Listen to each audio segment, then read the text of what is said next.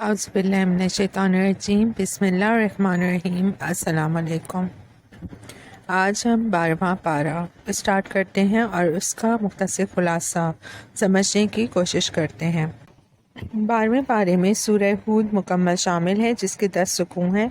اس کے بعد سورہ یوسف کے ابتدائی 6 رکوع بھی اس پارے میں شامل ہے۔ سورہ ہود مشرکین مکہ کے لیے ہلاکت کی وعید کے بارے میں نازل کی گئی۔ اس میں مشرکین مکہ کے لیے ہلاکت کی وعید کا ذکر ہے۔ آئیے ہم سورہ ہود کا آغاز کرتے ہیں۔ رکوع نمبر 1، آیات نمبر 1 تا 8۔ بسم اللہ الرحمن الرحیم۔ رکوع نمبر 1 میں جو ہے بتایا گیا ہے کہ اللہ کی بندگی کرو اور اس سے بخشش مانگو۔ پہلے رکوع میں قرآن مجید کی دعوت کا بیان ہے۔ ارشاد ہوا کہ قرآن مجید ایک ایسا کلام ہے کہ جس کا نزول ابتدا میں چھوٹی لیکن جامع آیات کی صورت میں ہوا، بعد میں ان آیات کی وضاحت نازل کر دی گئی۔ قرآن کی دعوت یہ ہے کہ اللہ ہی کی بندگی کرو اور اس سے اپنے گناہوں کی بخشش مانگو۔ اللہ تمہیں بھرپور اجر سے نوازے گا۔ اگر تم نے یہ دعا قبول نہ کی تو اللہ تمہیں بڑے عذاب سے دوچار کرے گا۔ اللہ نے کائنات کو 6 دنوں میں بنایا۔ انسانوں کو اس لیے بنایا تاکہ ان کا امتحان ہو کہ ان میں سے کون عمل کے اعتبار سے اچھا ہے۔ امتحان کا نتیجہ روزہ قیامت ظاہر ہوگا۔ کافر ان باتوں کا مذاق اڑاتے ہیں اور بڑے تکبر سے کہتے ہیں کہ ہم پر عذاب کیوں نہیں آتا۔ ان قریب ان پر عذاب آئے گا اور وہی آفت انہیں گھیر لے گی جسے وہ مذاق سمجھ رہے ہیں۔ رکوع نمبر 2، آیات نمبر 9 سے 24 تک اس میں شامل ہیں اور اس میں تلقین کی گئی کہ اللہ کے ہر فیصلے پر راضی رہو۔ دوسرے رکوع میں ارشاد ہوا کہ انسان پر جب نعمت آتی ہے تو وہ اتراتا ہے اور جب تکلیف آتی ہے تو انتہائی مایوس ہو کر بجھ جاتا ہے۔ اللہ کے محبوب بندے نعمتوں پر شکر اور تکالیف پر صبر کرتے ہیں، گویا وہ اللہ کے ہر فیصلے پر راضی رہتے ہیں۔ اگر کوئی سمجھتا ہے کہ قرآن اللہ کا کلام نہیں تو پھر مقابلے میں قرآن جیسی 10 صورتیں لے آئے اور جس کو بلا سکتا ہے مدد کے لیے بلا لے۔ قرآن جیسا کلام کوئی نہیں لا سکتا، اس لیے کہ اسے اللہ نے اپنے علم کامل کی بنیاد پر نازل کیا ہے۔ مزید فرمایا کہ دنیا کے طلبگاروں کے لیے آخرت میں کوئی حصہ نہیں ہوگا۔ آخرت کا اجر ان کے لیے ہے جو نہ صرف اس کے طلبگار ہوں بلکہ اس کی تیاری کے لیے بھرپور کوشش کر رہے ہوں۔ ایسے ظالموں کے لیے بدترین عذاب ہوگا جو اللہ کی اطاعت سے لوگوں کو روکتے ہیں اور اللہ کے احکامات سے جو ہے اعتراض کرتے ہیں یا اللہ کے احکامات پر اعتراض کرتے ہیں۔ اس کے برعکس ایمان لانے والے اور نیکیاں کرنے والے شاندار بدلہ پائیں گے۔ پہلا گروہ اندھا اور بہرا ہے اور دوسرا گروہ سننے والا اور دیکھنے والا ہے۔ یہ دونوں گروہ برابر نہیں ہو سکتے۔ رکوع نمبر 3، آیات نمبر 25 سے 35 تک اور اس میں قوم نوح کی ہٹ دھرمی کا ذکر ہے۔ تیسرے رکوع میں حضرت نوح کی قوم کی ہٹ دھرمی کا بیان ہے اور حضرت نوح علیہ السلام نے قوم کو اللہ کی بندگی کی دعوت دی۔ قوم کے سرداروں نے کہا کہ آپ کی رسالت کا دعویٰ جھوٹا ہے اور آپ کی پیروی کرنے والے ہمارے معاشرے کے کمتر اور گھٹیا لوگ ہیں، ہم ہرگز آپ کی بات نہ مانیں گے۔ حضرت نوح علیہ السلام نے کہا کہ میں نے تمہارے درمیان ایک پاکیزہ زندگی بسر کی ہے، پھر اللہ نے مجھے چن لیا اور مجھ پر وحی نازل کی۔ میں تم سے اس تبلیغ پر کوئی نذرانہ نہیں مانگ رہا، میں تمہارے کہنے پر ہرگز ایمان لانے والے فقراء اور درویشوں کو اپنے پاس سے دور نہیں کروں گا۔ میں نے کبھی دعویٰ نہیں کیا کہ میرے پاس اللہ کے رحمت کے خزانے ہیں، میں غیب کی باتیں جانتا ہوں، اور نہ میں نے یہ کہا ہے کہ میں فرشتہ ہوں، میں تو ایک انسان ہوں، لیکن اللہ نے مجھے رسالت کے لیے چنا ہے۔ قوم نے ان کی دعوت کو جھٹلا دیا اور عذاب لانے کا مطالبہ کرنے لگے۔ رکوع نمبر 4، آیات نمبر 36 سے 49 تک اور اس رکوع میں حضرت نوح علیہ السلام کو آگاہ کر دیا گیا کہ آپ کی قوم کا مزید کوئی فرد ایمان نہیں لائے گا، اب ان پر عذاب نازل ہوگا۔ آپ اہل ایمان کے لیے کشتی بنائیے۔ حضرت نوح علیہ السلام کشتی بنا رہے تھے اور قوم کے سردار آپ کا مذاق اڑا رہے تھے۔ آپ نے فرمایا کہ ان قریب ہم تمہارا مذاق اڑائیں گے۔ جب اللہ کی طرف سے عذاب کا فیصلہ آیا تو آسمان سے بارش نازل ہونا شروع ہو گئی اور زمین سے پانی ابلنے لگا۔ حضرت نوح علیہ السلام نے تمام اہل ایمان اور ہر مخلوق کے ایک ایک جوڑے کو کشتی میں سوار کیا۔ پانی کی مقدار اس قدر بڑھ گئی کہ اس نے ایک ایسے طوفان کی صورت اختیار کر لی جس سے پہاڑ جیسی بلند موجیں پیدا ہو گئیں۔ کشتی میں سوار ہونے والے محفوظ رہے اور باقی پوری قوم پانی میں غرق ہو گئی۔ حضرت نوح علیہ السلام کے 4 بیٹوں میں سے ایک کافر تھا۔ اس نے کشتی میں آنے سے انکار کیا اور کفار کے ساتھ غرق ہو گیا۔ حضرت نوح علیہ السلام نے دعا کی کہ اے اللہ میرے بیٹے کو بچا لے۔ اللہ نے جواب دیا کہ اس کا تم سے کوئی تعلق نہیں، اس کا عمل برا تھا۔ رکو نمبر 5 آیات نمبر 50 سے 60 تک، اور اس میں حق کو جھٹلانے کا برا انجام کا ذکر ہے۔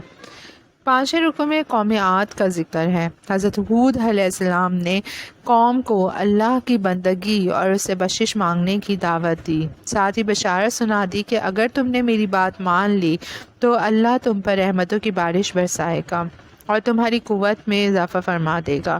قوم نے توہین آمیز انداز میں ان کی بات کو جھٹلا دیا اور کہا کہ لگتا ہے کہ ہمارے معبودوں نے آپ کے اوپر کوئی برا اثر ڈال دیا ہے۔ حضرت ہود علیہ السلام نے فرمایا کہ گواہ رہو کہ میں تمہارے معبودوں سے اعلان برات کرتا ہوں، میں نے تم تک حق بات پہنچا دی ہے، تم نے اسے نہیں مانا، اب اللہ کی طرف سے عذاب کے لیے تیار ہو جاؤ۔ آخرکار ایک رسوا کن عذاب نے حق بات جھٹلانے والوں کو تباہ کر دیا۔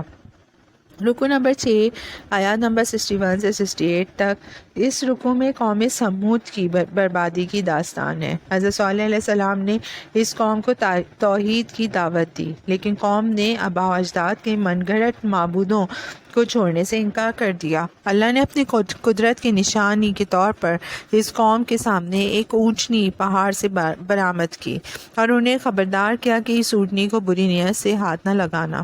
قوم نے اونٹنی کو ہلاک کر دیا۔ 3 دن بعد اللہ کا عذاب آ گیا اور پوری قوم ایک زلزلے سے ہلاک کر دی گئی۔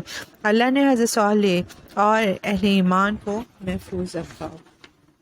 رکو نمبر 7 آیات نمبر 69 سے 83 تک، اس 7ویں رکو میں اس واقعے کا بیان ہے کہ جب فرشتے خوبصورت لڑکوں کی شکل میں حضرت ابراہیم اور ان کی زوجہ کے پاس آئے اور انہیں بشارت دی کہ اللہ انہیں ایک بیٹا، بعد میں اس بیٹے سے ایک پوتا عطا کرنے والا ہے۔ حضرت ابراہیم علیہ السلام کی زوجہ نے پوچھا کہ میرے ہاں بیٹا کیسے پیدا ہوگا جبکہ میں تو بانجھ ہوں اور میرے شوہر بوڑھے ہیں؟ فرشتوں نے بتایا کہ اللہ جو چاہے سو کر سکتا ہے۔ پھر یہی فرشتے حضرت لوط علیہ السلام کے پاس پہنچے۔ حضرت لوط علیہ السلام کی قوم ہم جنس پرستی کے گناہ میں مبتلا تھی۔ لڑکوں کی آمد کی اطلاع پا کر قوم بڑی خوش ہو گئی اور آ کر حضرت لوط علیہ السلام کے گھر کو گھیر لیا۔ حضرت لوط نے قوم کو شرمناک فعل کے ارادے سے باز آنے کی تلقین کی، لیکن قوم نے ان کی بات نہ مانی۔ حضرت لوط نے کہا کہ کاش میرے پاس تم سے مقابلہ کرنے کی قوت ہوتی۔ فرشتوں نے ان سے کہا کہ آپ گھبرائیے نہیں، آج رات اپنے گھر والوں کو لے کر بستیوں سے نکل جائیے۔ ان کی بیوی کے سوا تمام اہل خانہ نکل گئے۔ بدقسمت بیوی کی ہمدردیاں فاسق قوم کے ساتھ تھیں اور وہ قوم کے ساتھ عذاب سے دوچار ہوئی۔ اللہ نے اس قوم کی بستیوں کو الٹ دیا اور پھر پتھروں کی بارش سے پوری قوم کو ہلاک کر دیا۔ رکو نمبر 8 آیات نمبر 84 سے 95 تک، اس میں حرام خوری کا برا انجام کا ذکر ہے۔ 8ویں رکو میں قوم شعیب پر عذاب کا ذکر ہے۔ حضرت شعیب نے اپنی قوم کو توحید کی دعوت دی، شرک، ناپ تول میں کمی اور راستوں میں مسافروں کو لوٹنے سے منع کیا۔ قوم نے ان کی دعوت کو بڑے تکبر سے ٹھکرا دیا۔ اللہ نے زلزلے کے ذریعے اسے تباہ و برباد کر دیا۔ رکو نمبر 9 آیات نمبر 96 سے 109 تک، اس میں بتایا گیا کہ من گھڑت معبود ہلاکت سے نہ بچا سکیں، اس کا ذکر ہے، یعنی اس واقعے کا ذکر ہے۔ 9ویں رکوع میں بیان کیا گیا کہ حضرت موسیٰ علیہ السلام نے آل فرعون کو توحید کی دعوت دی۔ آل فرعون نے حضرت موسیٰ کی بات نہیں مانی بلکہ فرعون کی پیروی کی۔ روز قیامت وہ فرعون کے پیچھے پیچھے آئیں گے اور وہ انہیں جہنم کے اندر لا گرائے گا۔ اللہ نے ماضی میں کئی قوموں کو ہلاک کیا، کسی قوم کے من گھڑت معبود اسے ہلاکت سے نہ بچا سکے۔ جب قیامت قائم ہوگی تو انسان 2 طرح کے گروپس میں تقسیم ہو جائیں گے۔ ایک گروپ وہ ہوگا جو بدبختوں کا ہوگا، جو جہنم میں چیخ و پکار کرتا رہے گا۔ دوسرا گروپ خوش نصیبوں کا ہوگا جو جنت کی دائمی نعمتوں سے لطف اندوز ہوگا۔ اللہ ہمیں بھی اسی گروپ میں شامل فرمائے، آمین ثم آمین۔ رکوع نمبر 10 جو کہ سورہ ہود کا آخری رکوع ہے، جس میں سورہ ہود کی آخری آیات نمبر 111 سے 123 تک شامل ہیں، اور اس میں جو ہے اہل ایمان کو تلقین کی گئی کہ وہ حق پر ڈٹے رہیں اور باطل کے ساتھ کسی قسم کا سمجھوتا نہ کریں، نماز قائم کریں اور نیکیوں میں سبقت کریں۔ نیکیاں برائیوں کے اثرات کو مٹا دیتی ہیں۔ صبر کرتے رہیں، اللہ صبر کرنے والوں کے ساتھ ہے۔ مزید ارشاد ہوا کہ ایسا کیوں نہ ہو کہ جن قوموں کو ہلاک کیا گیا ان میں ایسے نیک لوگ بھی ہوتے ہیں جو لوگوں کو برائیوں سے روکتے۔ ایسے لوگ تھے مگر بہت کم، جنہیں ہلاکت سے بچا لیا گیا۔ اس کے بعد ہمارے اس بارے میں سورہ یوسف شامل ہے، اور سورہ یوسف میں علم و حکمت سے معمور حسین واقعہ بیان کیا گیا ہے۔ رکوع نمبر 1 آیات نمبر 1 سے 6 تک، اس میں جو ہے تلقین کی گئی کہ حاسد کے سامنے اپنی خوبی کا ذکر نہ کرو۔ پہلے رکوع میں حضرت یوسف علیہ السلام کے خواب کا ذکر ہے۔ انہوں نے خواب میں دیکھا کہ 11 ستارے ہیں، سورج ہے اور چاند، ان کو ستارے جو ہیں وہ سورج اور چاند کو سجدہ کر رہے ہیں۔ انہوں نے جب اپنے والد حضرت یعقوب کو اپنا خواب سنایا تو انہوں نے فرمایا کہ اللہ تمہیں عظیم مقام مرتبہ پر سرفراز فرمائے گا، البتہ اس خواب کا ذکر اپنے سوتیلے بھائیوں سے نہ کرنا، وہ تم سے حسد کرتے ہیں اور حسد کی آگ میں جل کر تمہارے خلاف کوئی سازش کریں گے۔ یہ اصل میں شیطان ہے جو انسانوں کا دشمن ہے اور ان کے درمیان حسد اور دشمنی پیدا کرتا ہے۔ رکوع نمبر 2 آیات نمبر 7 سے 20 تک، اس میں بھائیوں کی سازش اور اللہ کی بشارت کا ذکر ہے، یعنی دوسرے رکوع میں حضرت یوسف علیہ السلام کے خلاف ایک سازش کا ذکر ہے۔ ان کے بھائیوں نے باہم شکایت کی کہ ہم بڑے ہیں اور کام کاج ہم کرتے ہیں، لیکن ہمارے والد کی زیادہ توجہ چھوٹے بھائی یوسف پر ہے۔ والد کی شفقت حاصل کرنے کے لیے ضروری ہے کہ ہم یوسف کو ان سے دور کر دیں۔ انہوں نے بہانے سے والد صاحب سے اجازت لی اور یوسف علیہ السلام کو اپنے ساتھ جنگل لے گئے، پھر انہیں ایک خشک کنویں میں ڈال دیا۔ ایسے میں اللہ نے حضرت یوسف علیہ السلام کو الہام کے ذریعے سے بشارت دی کہ تم ایک روز بھائیوں سے ان کی ظالمانہ حرکت کے بارے میں باز پرس کرو گے۔ ان کے بھائی رات گئے گھر واپس آئے اور والد صاحب کے سامنے جھوٹ بولا کہ یوسف کو بھیڑیا کھا گیا۔ یعقوب علیہ السلام سمجھ گئے کہ یہ خبر صاف جھوٹ ہے۔ انہوں نے اللہ سے صبر کی توفیق مانگی۔ ایک قافلے کا کنویں کے پاس سے گزر ہوا، وہ یوسف علیہ السلام کو مصر لے گیا۔ وہاں کے ایک منصبدار عزیز مصر نے انہیں خرید لیا۔ رکوع نمبر 3 آیات نمبر 21 سے 29 تک، اس رکوع میں حضرت یوسف علیہ السلام پر اللہ کی عنایات کا بیان ہے۔ عزیز مصر نے اپنے گھر میں ان کو رکھا اور ان کے گھر میں ماہرین جمع ہوتے اور شہر کے مسائل پر غور کر کے ان کا حل تلاش کرتے۔ طرح طرح کے مسائل پر اس طرح سے بحث سننے سے حضرت یوسف علیہ السلام کی تربیت ہوئی اور انہیں رفتہ رفتہ باتوں کی تہ تک پہنچنے کا فہم حاصل ہو گیا۔ پھر اللہ نے اپنے خاص فیض سے انہیں خوابوں کی تعبیر بھی سکھائی۔ حضرت یوسف علیہ السلام جوان ہوئے تو عزیز مصر کی بیوی نے ان کی خوبصورتی سے متاثر ہو کر انہیں دعوت گناہ دی۔ یوسف علیہ السلام نے گناہ سے بچنے کے لیے اللہ کی پناہ طلب کی، اللہ نے ان کی حفاظت فرمائی۔ عزیز مصر کی بیوی نے یوسف پر برے فعل کا ارادہ کرنے کی تہمت لگائی، لیکن اللہ نے آپ کی پاکیزگی بڑے واضح ثبوت کے ساتھ ظاہر کر دی۔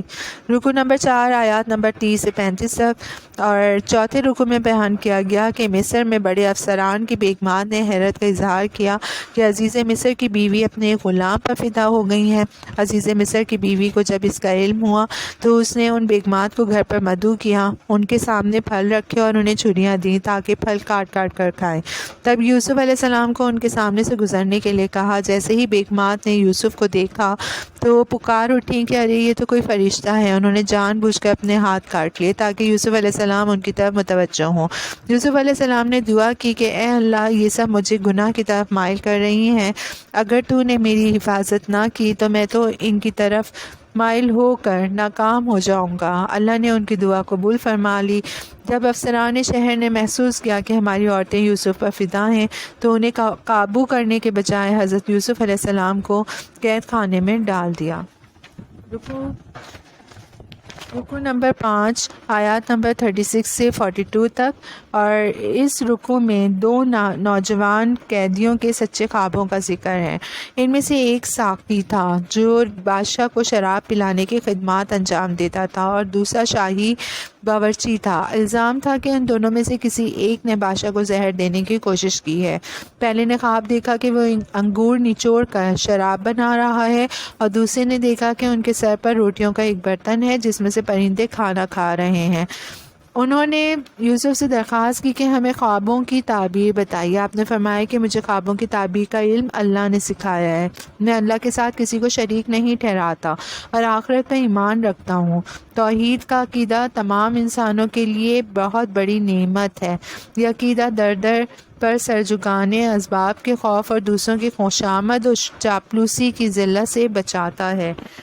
اللہ ہی معبود حقیقی ہے۔ اس نے حکم دیا ہے کہ اس کے سوا کسی کی بندگی نہ کی جائے۔ پھر انہوں نے خوابوں کی تعبیر بتائی۔ ساقی الزام سے بری ہو جائے گا اور دوبارہ جا کر بادشاہ کی خدمت کرے گا۔